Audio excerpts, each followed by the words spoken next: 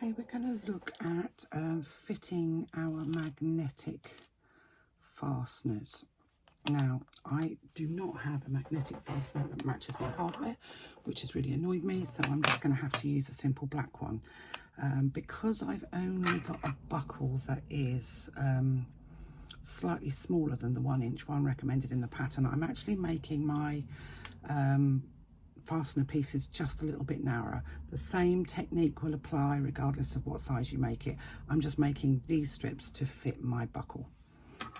So we're going to look at fitting these little beauties. So I've made a mark on my the flap closure piece 2, not the piece 1. So this is the longer of the two pieces where the magnet needs to be, and I'm just going to place the washer over that mark with the little mark that I made centrally in the central hole. This gives you effectively a template for cutting. Now, I know a lot of people like to use a seam ripper. I don't feel like I have any control with a seam ripper, so I use a craft knife.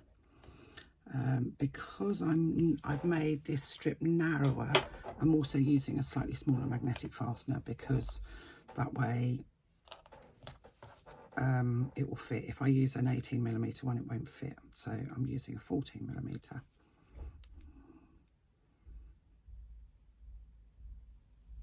Push through, and you can see that I've added a little, it's not going to go through, I haven't cut it properly.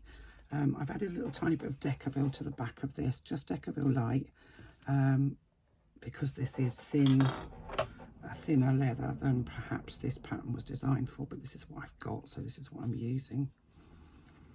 Why can I not get that through there? That's ridiculous. Let's pop it through.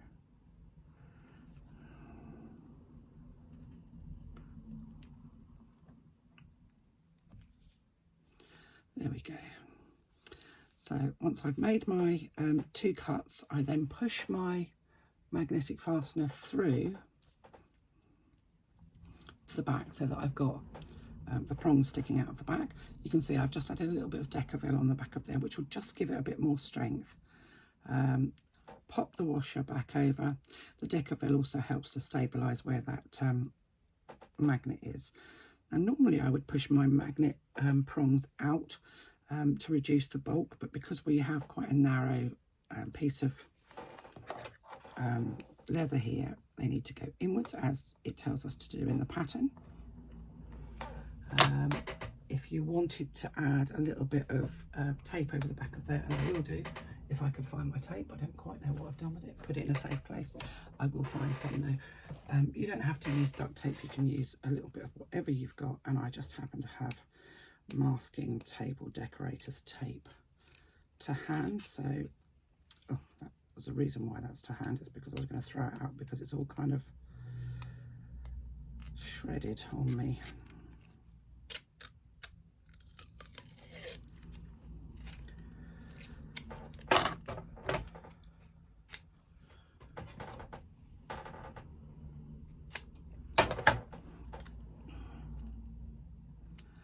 So I need to make sure that when I put the tape over, it's not going to be in the seam allowance, because I am going to have to stitch around this. Now, because I've used a narrower piece, I've actually made it a lot more difficult for myself to stitch around, because I've only got a very narrow gap here. There we go. So whilst I'm doing this part of the magnetic snap, I'm also going to do the part that's on this panel, and I've marked using the pattern. So I have the front zipper pocket pattern piece, and I've marked where the, use the marking on the pattern, and all I've done is push down, which has left a nice dent in my leather that I can use, and do exactly the same thing again.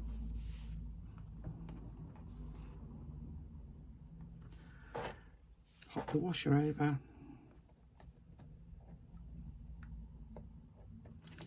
make the 2 little cuts where my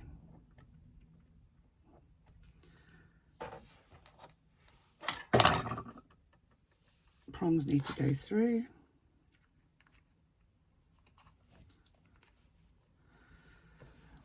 Now, because I haven't got Decaville on the back of here, what I am going to do is add a little tiny extra piece of leather. Just to say, what is this? I'm just going to grab a piece from a bit of that's kind of fallen on the floor. I just don't want this to feel like it's stretching out of shape. So I would often, if I was doing this with faux leather, would use a piece of faux leather to do as my sort of extra bit of stabiliser. You do need to make sure that it's kept out of the seam allowance though, so you need to make sure it's nice and snugly done. So you can see there I've just added that little extra circle. In fact, if I turn it over, you'll see it better. Makes no difference. Let's just turn it over. And I've just cut an extra little circle of leather to stabilise that area where I'm popping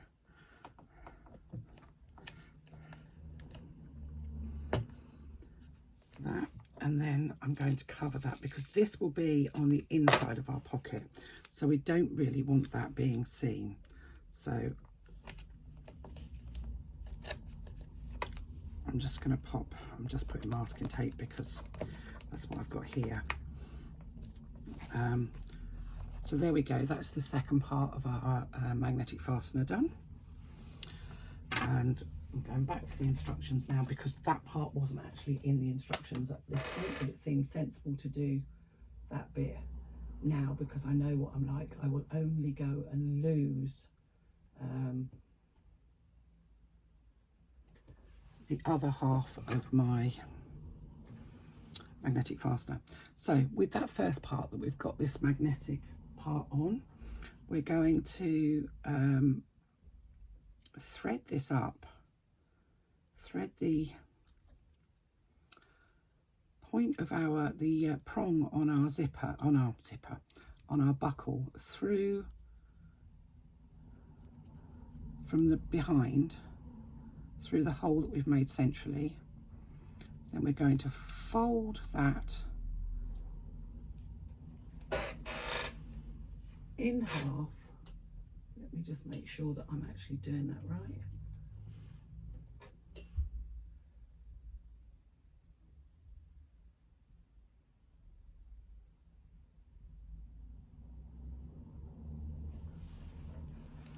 I'm doing it wrong. So I'm going to turn that round and I'm going to pop that back up through there. And no, let's do that again. It's all right, okay, so let's go up through and then I'm going to thread that through. And that's how it should sit. Sorry, completely confused myself. So we've got the buckle through, we have the magnetic fastener on the back. And now what I'm just going to do is I'm just going to try and top stitch around the outside here. I'm going to keep my zipper foot on. I'm going to get rid of my cutting mat. And this is going to be really tight because I've got that magnetic fastener that's sort of almost out to the edges. So the pattern tells me to glue it together, which is exactly what I would do anyway, because this is quite a thin piece of faux and a piece of leather, and it will stretch and move as I'm stitching. So even if I can't somehow manage to stitch all the way around, and it's possible that I won't be able to because I've narrowed this piece down.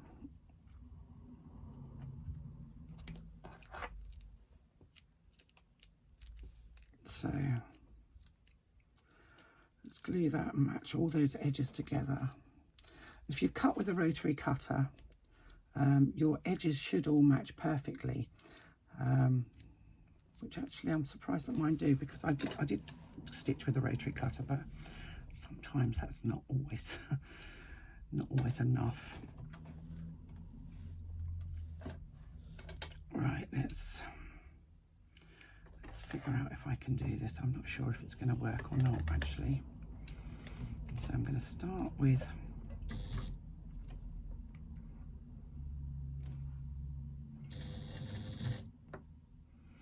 now, because both sides of this are visible, we can't bury our threads on this part, so I'm just going to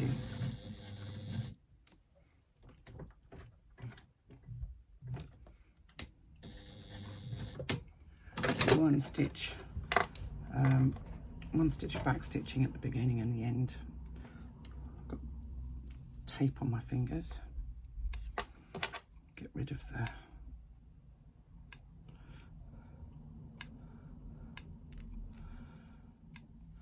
any problems that I've created here are entirely of my own making. They're not to do with the pattern, they're because I've changed the size of something because of my lack of hardware.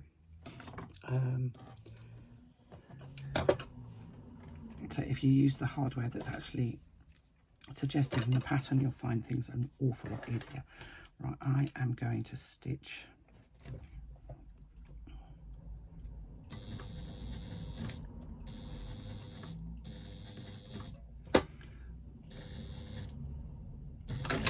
okay, that's not going to work for me. Let's take that out. I think because I've made it so narrow, I'm going to struggle to stitch at all. Let's try a different foot. Let's try a narrow foot and see if that one will work. We may just have to just go with the flow.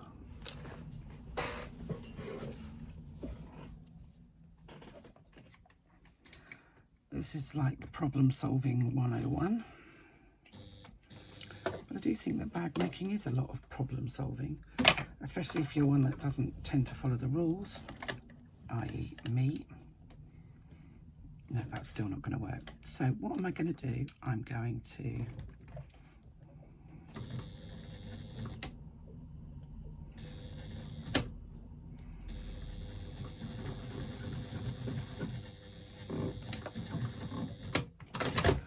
top stitch. I've top stitched below the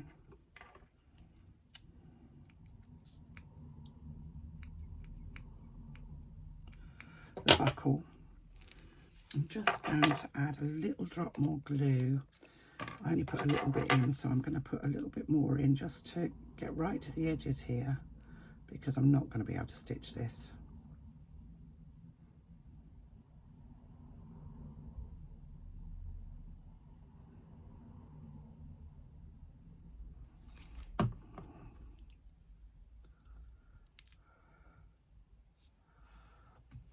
Let's get a piece of that. Now I've got glue all over my fingers.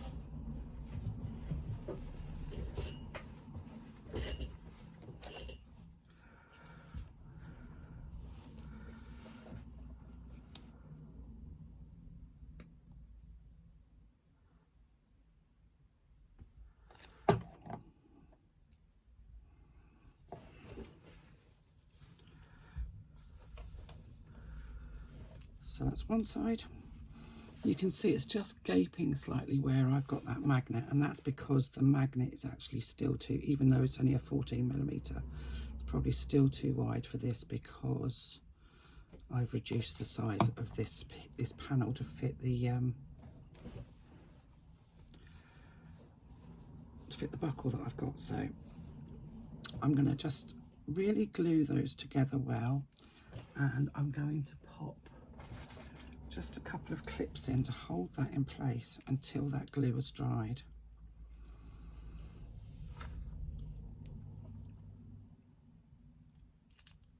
I have done the stitching underneath the buckle, so I don't think that's going anywhere. It's just not quite the way it should be.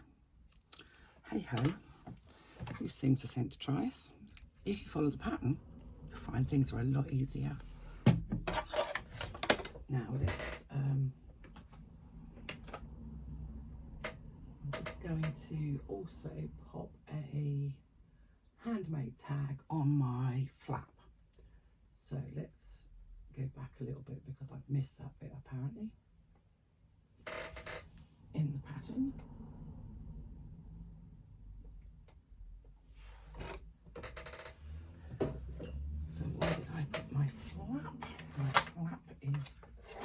over here.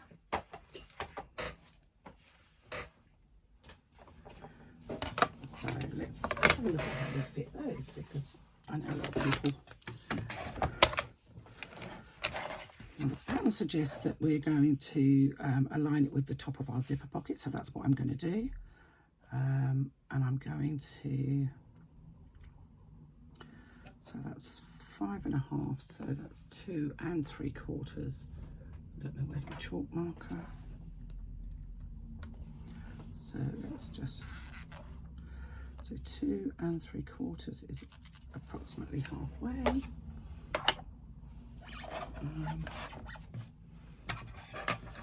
There's my little tag.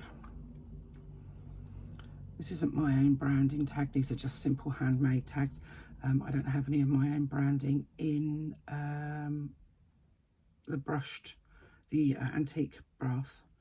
So I'm just going to check which holes that'll go through. So 1, 2, 3, 4, 5, 6, 7. So I want the 4th hole on that cross. So all I've done is mark a cross, and these little back plates that you get with them are generic. They're not designed for your piece of hardware. I've got lots of them in different sizes. So what you need to do is check which holes rather, the prongs on the back of your nameplates will go through, and work out where the center point of this is based on which holes the prongs go through. Now in this instance, I've got 1, 2, 3, 4, 5, 6, 7, 8 spaces on my 8 spaces on my back plate, but actually my prongs go through number 1 and number 7, not through each end. So I've made my 2 little cuts, and I'm going to position pop my prongs in.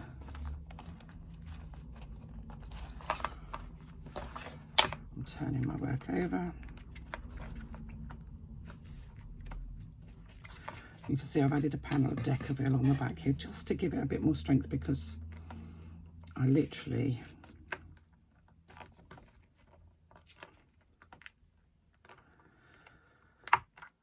let's just pop that back plate on, and I like to push the prongs out. Personal preference. If I didn't know if I had the Decaville, I would have added a little bit of extra interfacing inside, just to stabilise that area where you've made those cuts. But the Decaville is enough. And this is Decaville light, not Decaville heavy.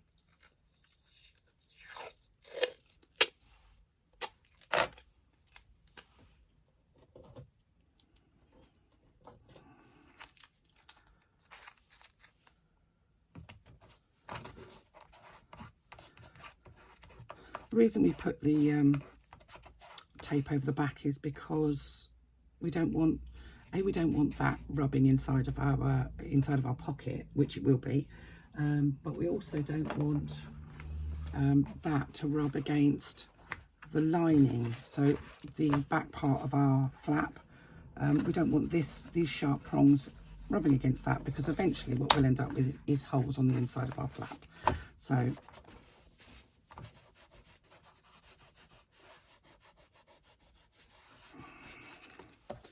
there we go, that's my tag done. So we've got our magnetic fasteners on, we've got our buckle on, and we have our branding tag, handmade tag, whatever you want on. So I'll come back to you and we'll look at how we construct this fastener part.